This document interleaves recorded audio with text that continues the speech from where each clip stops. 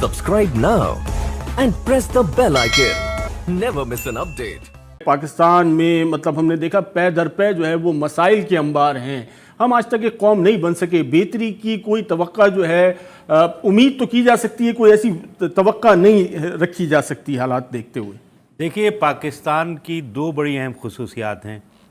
ایک تو یہ کہ پاکستان جمہوریت کے ذریعے بنا تھا, ووٹ کے ذریعے بنا تھا. دنیا میں کوئی ایسا ملک نظر نہیں آتا چند ایک کے علاوہ جو جمہوریت کے ذریعے بنے ہوں.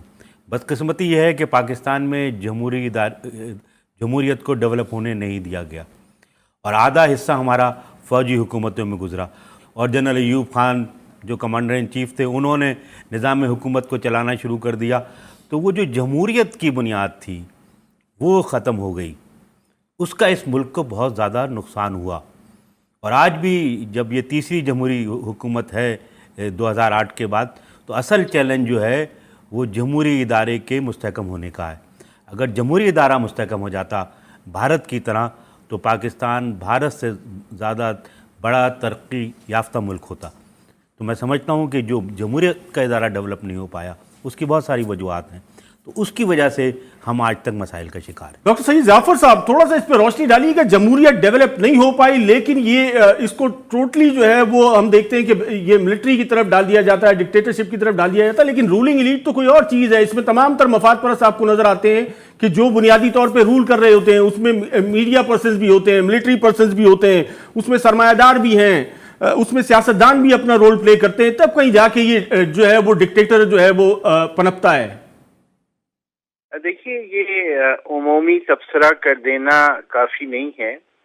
میرا خیال ہے کہ آج کے دن کا تقاضا ہے کہ ہم تاریخ کو تاریخ کے طور پہ سمجھنے کی کوشش کریں. میری گزارش یہ ہے کہ تاریخی اعتبار سے دیکھیں تو 1947 میں یہ بات روز روشن کی طرح عیان تھی کہ مسلم لیگ نے ایک سیاسی طریقے سے آئینی جدوجہد کے ذریعے سے پاکستان بنایا تھا. دنیا کے اور ملکوں کو دیکھیے, الجزائر عسکری جدوجہد کے نتیجے میں آزاد ہوا. ترکی کو مصطفیٰ کمال اتاترک نے آزاد کرایا اور وہ فوج کے سربراہ تھے. انڈونیشیا میں فوجی اور عسکری فتوح کے ذریعے سے وہ ملک کی آزادی ممکن ہوئی.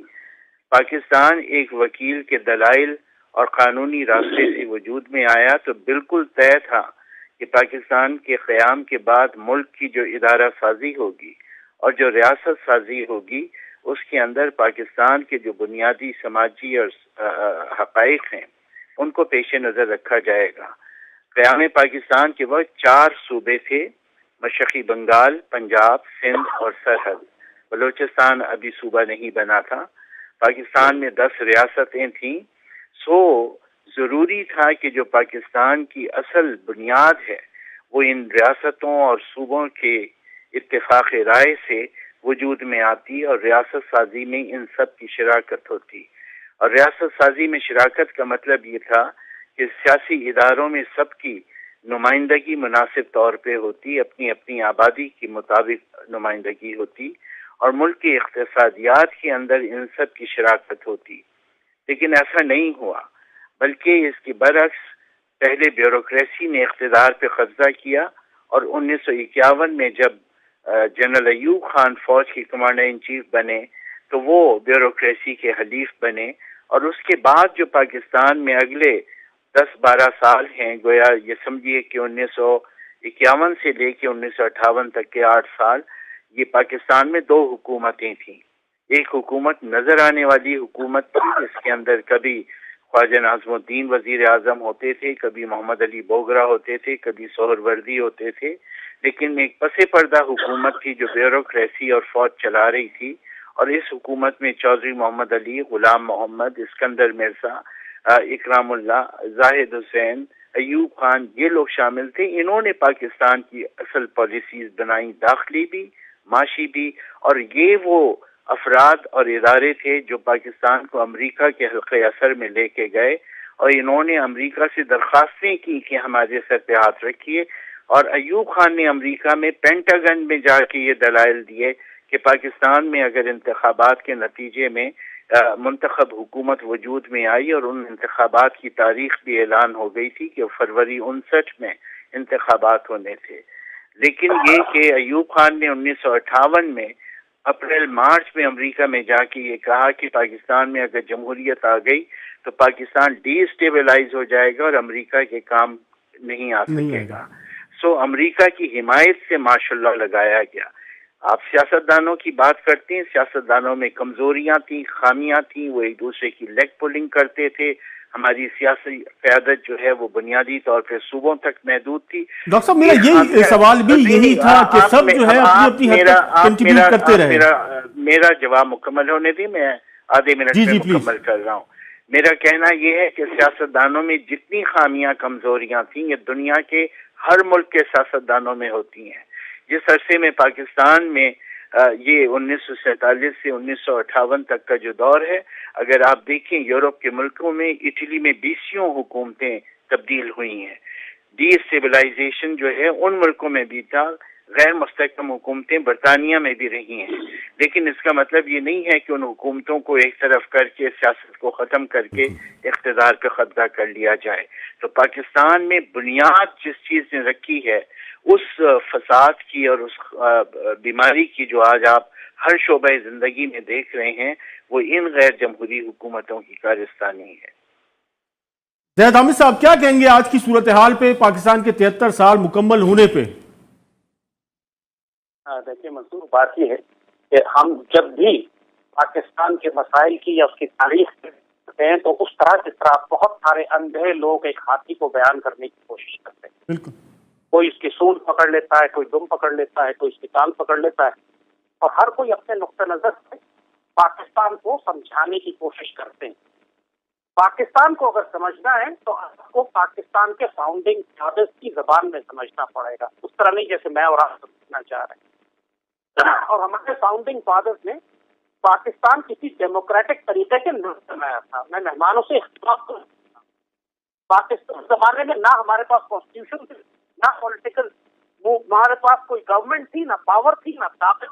پاکستان انقلابی تحریک, اور جب سارے نیگوشیشن ہو گئے تو قائد اعظم نے ڈائریکٹ ایکشن ڈے کا کہا تھا, جس کے اندر ہزاروں لاکھوں لوگ ہندوستان میں قتل ہوئے. Quaid Azam went violent. Quaid Azam Gandhi drew a knife and said I'll fight Pakistan to the knife. اس کے بعد ایک وائلنٹ اسٹرگل تھی. India was set on fire, جس پر ماؤنٹ بیٹن نے کہا تھا کہ British empire cannot control if the communal violence breaks out, اور جس کے نتیجے میں پھر مجبور ہو کر انہوں نے ہندوستان کو Quaid Azam revolutionary movement, not a bloody democratic movement.